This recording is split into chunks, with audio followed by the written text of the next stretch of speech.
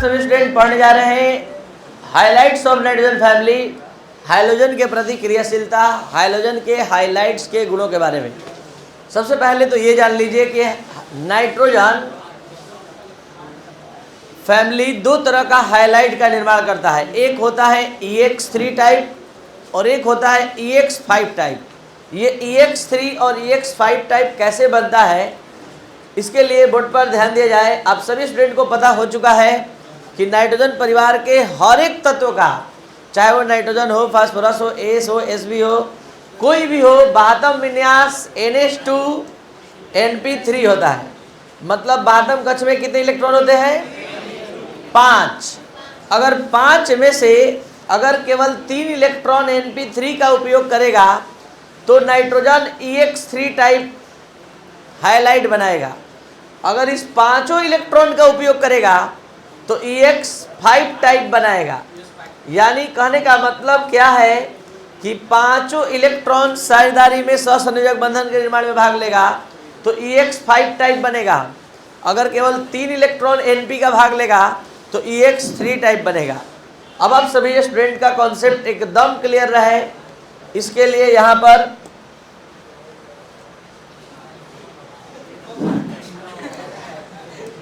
Board पर ध्यान दिया जाए।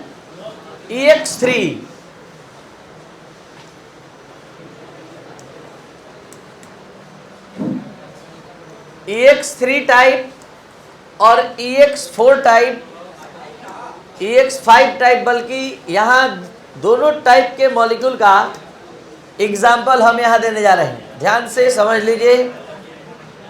EX3 टाइप और EX5 टाइप। सबसे पहले EX3 टाइप। EX3 टाइप समझने के लिए आप अपने माइंड में NCl3, PCl3, SbCl3 का एग्जाम्पल ला सकते हैं। इन सभी के पास एक लॉन पेयर रहेगा। यानी NCl3, N के बाहतम कक्ष में 5 इलेक्ट्रॉन होता है। 3 इलेक्ट्रॉन यहाँ साझेदारी में भाग लेगा। 3 इलेक्ट्रॉन साझेदारी में भाग लेगा,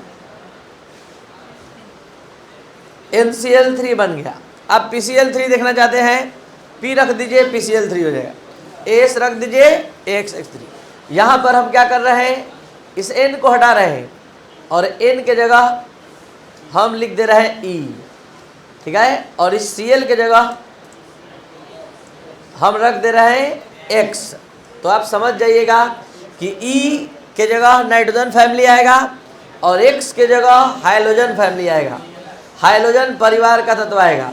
तो सारे EX3 टाइप के मॉलिक्यूल का जो आकार होता है वो अब आपके सामने आने जा रहा है। इन सभी EX3 टाइप के मॉलिक्यूल का जो आकार होता है वो त्रिभुजाकार पिरामिडीय होता है।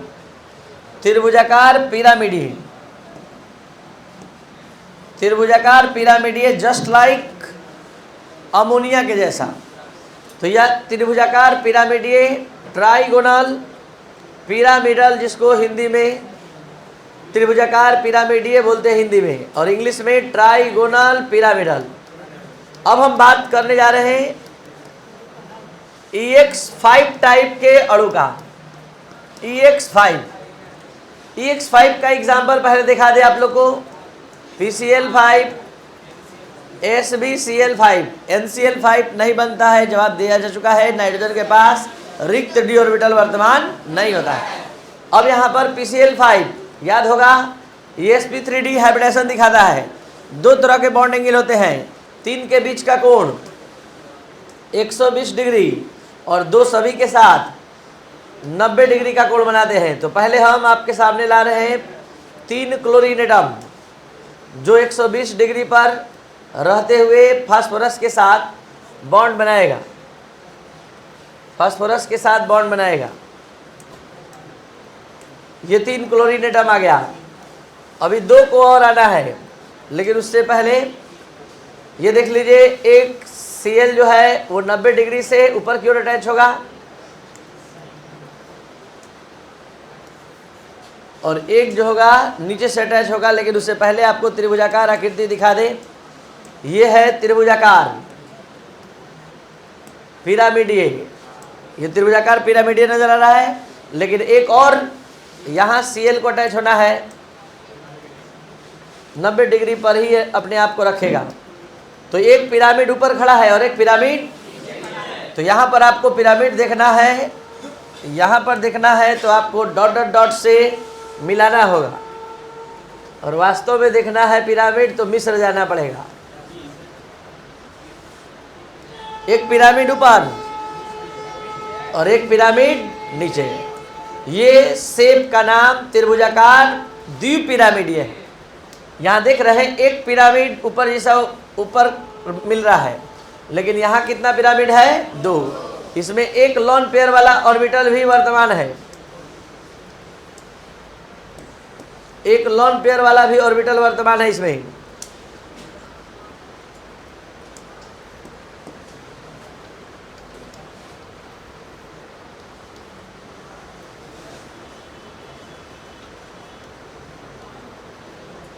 और यहाँ पर एक भी लॉन पेयर वाला ऑर्बिटल नहीं है। इसी शेप का नाम केमिस्ट्री के दुनिया में क्या है? ट्राइगोनल। पिरामिडल ऊपर और पिरामिडल नीचे मिलाकर क्या हो गया? Bi pyramidal. तो ये है EX3 मॉडल और ये है EX5 मॉडल। ये EX5 मॉडल, यहाँ पर प्रत्येक Cl के जगह पर आएगा हाइड्रोजन और E के जगह आएगा कौन? Nitrogen family. तो यहाँ पर आ गया E और ये है X का पोजीशन। तो EX5 मॉलिक्यूल, EX5 मॉडल का शेप इस तरह का होगा। अब हम बात करते हैं एक एक स्टेटमेंट का जो आपने लिखा है, देख लीजिए। नाइट्रोजन परिवार का तत्व EX3 और EX5 प्रकार के हाइलाइट का निर्माण करता है। EX3 प्रकार के हाइलाइट का आकार कैसा होता है? त्रिभुजाकार पिरामिडीय। जबकि EX5 टाइप के हाइलाइट का जो आकार होता है वो त्रिभुजाकार द्विपिरामिडीय होता है। अब यहाँ पर एक कॉन्सेप्ट बताया गया है जो आप पहले भी समझ चुके हैं।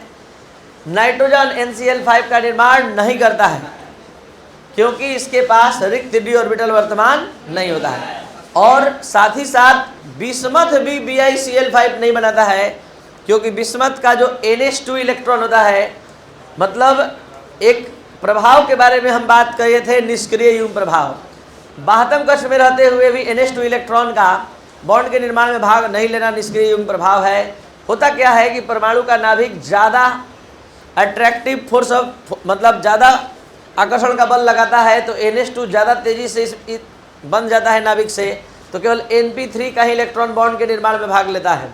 तो उस केस में बिस्मथ जैसा परमाणु जो है BiCl3 बना पाता है, BiCl5 का निर्माण नहीं करता है। तो यहाँ स्पष्ट लिखा हुआ है कि बिस्मथ EX5 टाइप अर्थात Bi5 का निर्माण नहीं करता है क्योंकि यह निष्क्रिय युग्म प्रभाव से ग्रसित होता है, जो पिछले लेक्चर में अच्छे से समझाया जा चुका है। और अब हम बात करते हैं कुछ नाइट्रोजन के यौगिकों का निर्माण। सबसे पहले शुरू हो रहा है डाई नाइट्रोजन का निर्माण। डाई नाइट्रोजन समझते हैं आप लोग, N2। तो सबसे पहले इसी पर बात कर लिया जाए। नाइट्रोजन द्विपरमाणुविक अवस्था में पाया जाता है और गैसीय अवस्था में इसका मात्र कारण है कि नाइट्रोजन का आकार छोटा होता है और यह पी बॉन्ड का निर्माण, इसलिए नाइट्रोजन द्विपरमाणुविक अवस्था में पाया जाता है और साथ ही साथ गैसीय अवस्था में पाया जाता है। अब इस नाइट्रोजन के उत्पादन का बात करते हैं। इस डाई नाइट्रोजन के उत्पादन का जो कॉन्सेप्ट है, इसको हम लोग 2 बार अध्ययन करेंगे। पहले व्यावसायिक विधि से, फिर मतलब पहले इंडस्ट्रियल मेथड से, फिर एक्सपेरिमेंटल मेथड से। अगर आप लैब में हैं तो कैसे बनाएंगे, और अगर आप उद्योग जगत का में बात कर रहे हैं तो आपको पता है कि कोई भी बिजनेस, कोई भी उद्योग धंधा मतलब इस कॉन्सेप्ट पर लागू होता है कि ज़्यादा से ज़्यादा सस्ता प्रोडक्ट बनाया जाए। और इस नाइट्रोजन का यूज़ क्या है? जितना भी खाद्य सामग्री है उसका भंडारण में डाई नाइट्रोजन का यूज होता है। नाइट्रोजन से उसके वातावरण को निष्क्रिय किया जाता है ताकि कोई भी चीज़ उससे रिएक्शन जल्दी ना करे और वो ज़्यादा दिन तक टिकाऊ बना रहे। तो यहाँ पर हम लोग व्यावसायिक विधि से नाइट्रोजन पहले बनाने जा रहे हैं। तो नाइट्रोजन का व्यावसायिक उत्पादन देख लीजिए किससे हो रहा है? सबसे सस्ता चीज़ से। इस धरती पर सबसे सस्ता अभी क्या है? वायु, एयर। और एयर में सबसे अधिक मात्रा में पाया जाने वाला नाइट्रोजन और ऑक्सीजन गैस है जो सबसे अधिक मात्रा में पाया जाता है, और वहीं से हम नाइट्रोजन बना लेंगे। कैसे बना लेंगे ये आज के क्लास में आपको सीखना है। तो ये कौन से विधि से होता है? तो द्रवीकरण तथा प्रभाजी आसवन के द्वारा किया जाता है। द्रवीकरण और प्रभाजी आसवन के द्वारा हम नाइट्रोजन का निर्माण कर लेंगे व्यावसायिक विधि में। इसके लिए किस कॉन्सेप्ट का इस्तेमाल होता है? तो कॉन्सेप्ट बताने से पहले थोड़ा कुछ बता दें नाइट्रोजन के बारे में कि नाइट्रोजन का क्वथनांक 77.2 केल्विन और ऑक्सीजन का क्वथनांक क्या होता है? 90 केल्विन होता है। ठीक है। इस प्रक्रम में पहले नाइट्रोजन को 80 केल्विन ताप पर आश्वित किया जाता है, मतलब गर्म किया जाता है, तब जाकर N2O2 से अलग होता है। और इस विधि से प्राप्त नाइट्रोजन में O2 तथा नोबेल गैस अशुद्धि के रूप में अभी भी वर्तमान होता है। अब इस पूरे कॉन्सेप्ट को डायरेक्ट हम एक्सपेरिमेंटल मेथड पर थोड़ा समझा दें तो आप लोग के माइंड में सेट होगा। सबसे पहले करते क्या है, अलग कंटेनर में, बर्तन में जो वायुमंडल में गैस है उसको लेकर ठंडा किया जाता है, द्रवीकरण कराया जाता है। तो ठंडा कराकर वायु को द्रवित अवस्था में लिया जाता है और द्रवित करके इस कॉन्सेप्ट का फॉलो किया जाता है, मतलब आसवन विधि का उपयोग करते हैं। आसवन या श्रवण विधि में डिस्टिलेशन मेथड में कॉन्सेप्ट क्या है, इसका पूरा कॉन्सेप्ट याद दिलाने के लिए हम आपको बता रहे हैं। आप लोग जब हमारे क्लास में तत्वों का निष्कर्षण का सिद्धांत पढ़े थे और वहाँ पर शुद्धिकरण की विधि में आसवन विधि जब पढ़ाया गया था तो हम बताए थे किस बात का ध्यान रखते हैं। जब धातु के साथ अधिक क्वथनांक का शुद्धि हो और धातु का क्वथनांक कम हो तो जल्दी से वो धातु वाष्पित हो जाएगा और अशुद्धि वहीं रह जाएगा। क्यों?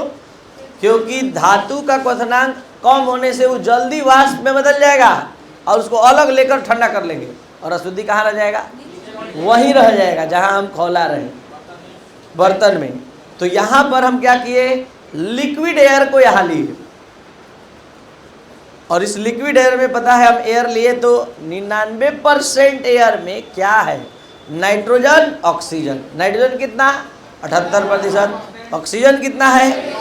और अब फिर से हम बैक आ रहे हैं आप लोग को याद दिलाने के लिए कि अभी तुरंत आप पढ़े हैं कि नाइट्रोजन का क्वथनांक कितना होता है? 77.2 केल्विन और ऑक्सीजन का क्वथनांक। तो आप इसको ध्यान में रखते हुए जरा सोचिए कि नाइट्रोजन का क्वथनांक 77.2 केल्विन है और ऑक्सीजन 90 केल्विन है। आप इस बर्तन में लिक्विड एयर को लिए हैं, द्रवित वायु को लिए हैं और गर्म करने जा रहे हैं। गर्म करने में थोड़ा सा कॉन्सेप्ट आप लगा दिए कि आप गर्म केवल 80 केल्विन पर करेंगे। तो 80 केल्विन पर करेंगे तो कौन वाष्प में बदलेगा, नाइट्रोजन की ऑक्सीजन? क्यों नहीं ऑक्सीजन बदलेगा? क्योंकि उसका क्वथनांक 90 केल्विन है। तब तक से एयर मतलब वाष्प में नहीं बदलेगा जब तक से 90 केल्विन या 90 केल्विन से अधिक टेम्परेचर नहीं मिलेगा।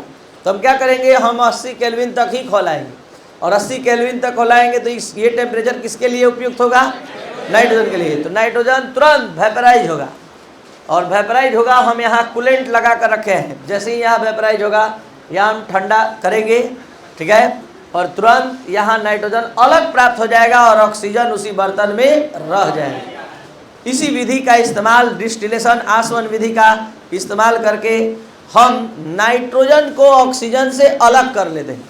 लेकिन आपको बता दें कि कितना भी प्रयास कर लें, जो नाइट्रोजन हम अलग करते हैं, शुद्ध अलग प्राप्त करते हैं, उसमें थोड़ा सा अशुद्धि के रूप में अभी भी निष्क्रिय गैस और जिसको अक्रिय गैस आप नोबेल गैस बोलते हैं, नोबेल गैस और ऑक्सीजन थोड़ा सा अशुद्धि के रूप में रहता है। तो ये इंडस्ट्रियल मेथड है, व्यावसायिक विधि है नाइट्रोजन का, जो आपने समझा। अब हम बात करने जा रहे हैं प्रयोगशाला विधि का, और हमने अभी बताया कि इस विधि से प्राप्त नाइट्रोजन में O2 तथा नोबेल गैस अशुद्धि के रूप में वर्तमान होता है। अब हम बात कर रहे हैं कि थोड़ा देर के लिए मान लीजिए कि आप लैब में हैं और लैब में आप नाइट्रोजन गैस बनाना चाहते हैं, तो कैसे कैसे बना सकते हैं। आप ले लिए अमोनियम डाइक्रोमेट और उसको गर्म कर दीजिए, या फिर अमोनियम क्लोराइड और सोडियम नाइट्राइट ले लीजिए। तो यहाँ पर इसको गर्म करने से आप प्राप्त कर लेंगे नाइट्रोजन गैस। तो देखिए लगातार नाइट्रोजन गैस अलग अलग मेथड से बन रहा है, और यहाँ कैल्शियम ऑक्साइड का अमोनिया से रिएक्शन करवा दिए तो यहाँ नाइट्रोजन गैस बना।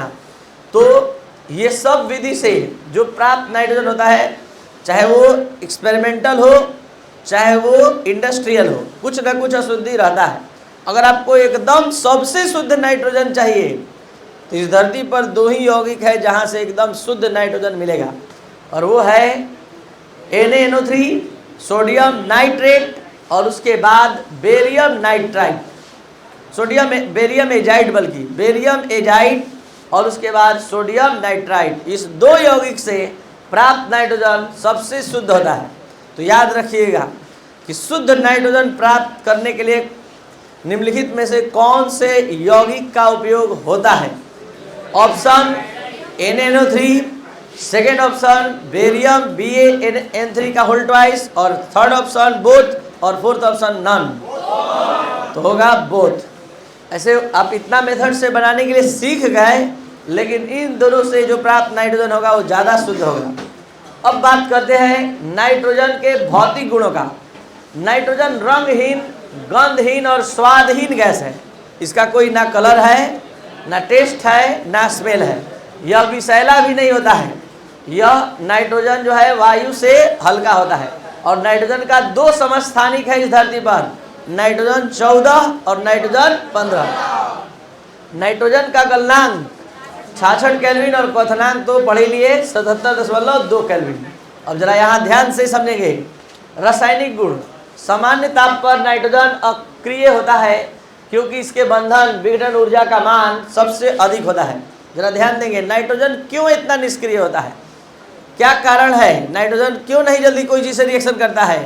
तो इसका मेन कारण है कि नाइट्रोजन का जरा देख लीजिए बढ़िया से, ये नाइट्रोजन दो नाइट्रोजन परमाणु के बीच ट्रिपल बॉन्ड बनाता है। इस ट्रिपल बॉन्ड में एक सिग्मा 2 पाई होता है।